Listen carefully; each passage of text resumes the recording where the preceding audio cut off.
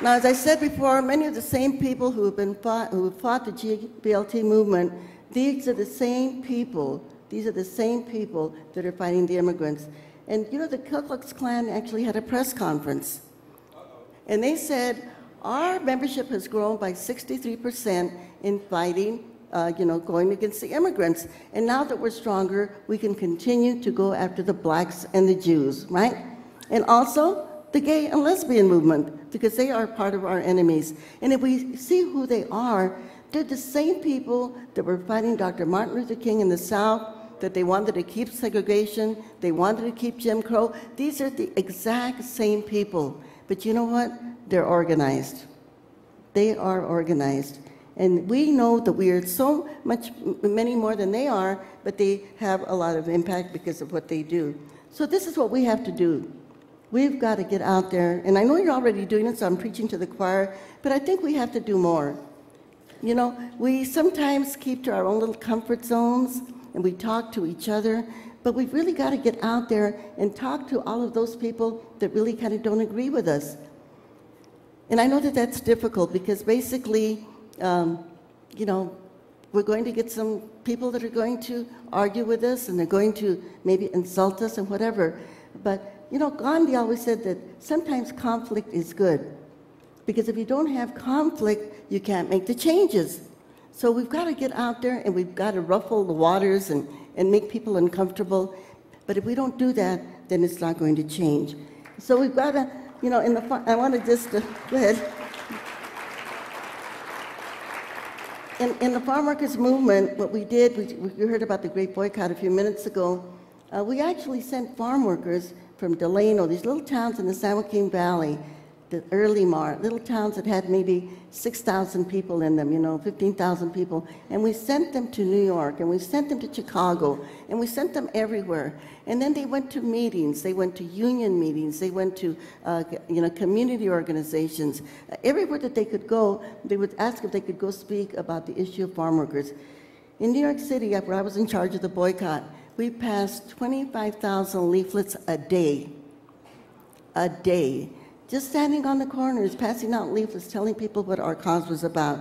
And I think we have enough people now that we can really kind of update and upscale our movement to make it a really mass movement, so that we leave no stone unturned, that we are everywhere, that we get on everybody's agenda so that we can carry our message, because our message is one of justice, and they need to hear it, and they need to hear.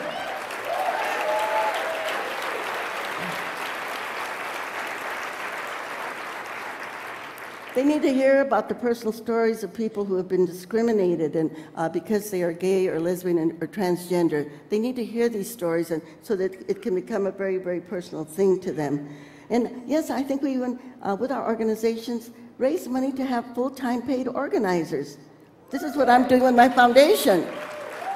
With my foundation, I raise money through speaking and grants and whatever, and we actually hire and train organizers to send them into communities to talk about justice, to show people how to come together so that they can make the changes that they need to be done. Because this movement is too important, right? I know volunteers are important, but if we have organizers, then each organizer can then organize, hundreds of volunteers to help us with our movement. And we can have debates and we can have forums. And, we don't expect everybody to agree with us at the same, at once. But if we keep talking and talking, eventually we can educate them and remove the ignorance, because this is what it is, right? It's ignorance that people don't understand. I'm glad that Obama talked, and he talked about we've got to bring science back, right? We've got to get back to science. And it's kind of interesting that, today, when I was on the plane, I was picking up the newspaper, and here you have just such a big coincidence. You've got the announcements about Harvey Milk's movie, how now it's got all of these nominations, right? The movie about Harvey Milk from San Francisco. By the way, I knew him, he was a friend of mine. The farm workers actually walked precincts, so when we got him elected to the Board of Supervisors in San Francisco. That's how far back we go.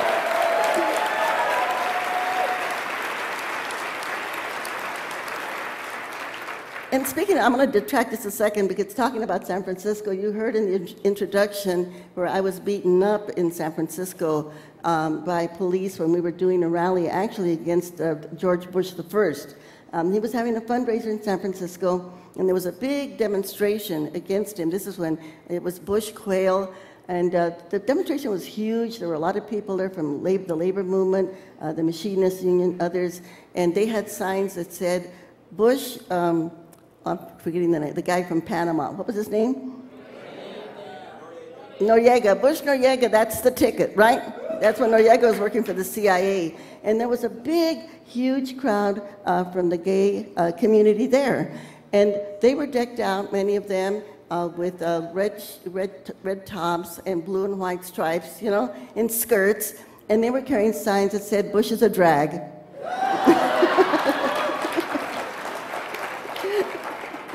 It was at that demonstration that I was severely beaten by the police.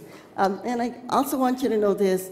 When I was lying on that gurney in the hospital, and nobody was paying attention to me because I was bleeding internally, and this one young attendant came up to me, and he was gay, and he says, oh my God, you look terrible. I'm going to get you out of here. And he took my gurney, he says, I'm going to put you right there in the path where the doctors will have to trip over you.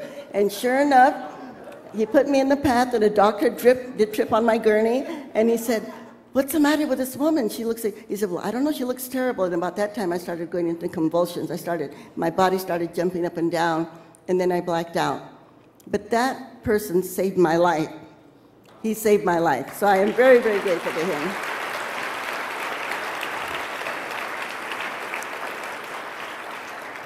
So going back to the comments I was making, so here we have the movie about Harvey Milk, you know, that's being nominated, and also in the newspaper. Then you have this other movie that's about the preacher Haggard, right?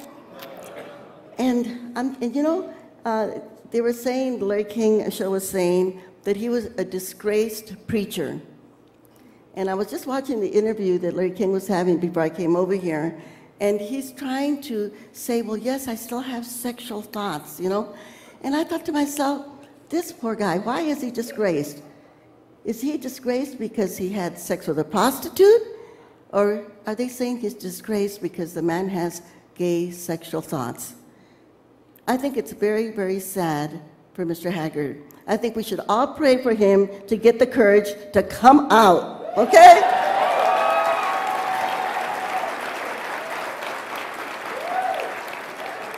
That is so pathetic. That is so pathetic. That the man has to live a lie, right? To please who? Who knows, right? So, anyway, that's what this movement is about. It's about people having the courage to say, and to come out and say, yes, I'm going to fight for my sexuality, about who I am, and I don't care who criticizes me about it, right? This is what this is all about. It's really talking about truth, but it's also talking about justice. So we've really got to get out there and do the work that we need to do. One of the sayings that I always use with Latinos, because we do have all of these priests that are out there and ministers that are preaching against our movement. And one saying that really clicks with the Latinos is this one I want to share it with you. And this is a saying from one of the great presidents of Mexico, the indigenous president, Benito Juarez. He was the first president. He was the first president after they got the independence from Spain. He was a Oaxacan Indian. And he had a very famous saying, and in Spanish it says, el respeto al derecho ajeno es la paz. And in English that says, respecting other people's rights is peace. This is all that we ask. Respect our human rights. Respect our human rights. This is all that we ask.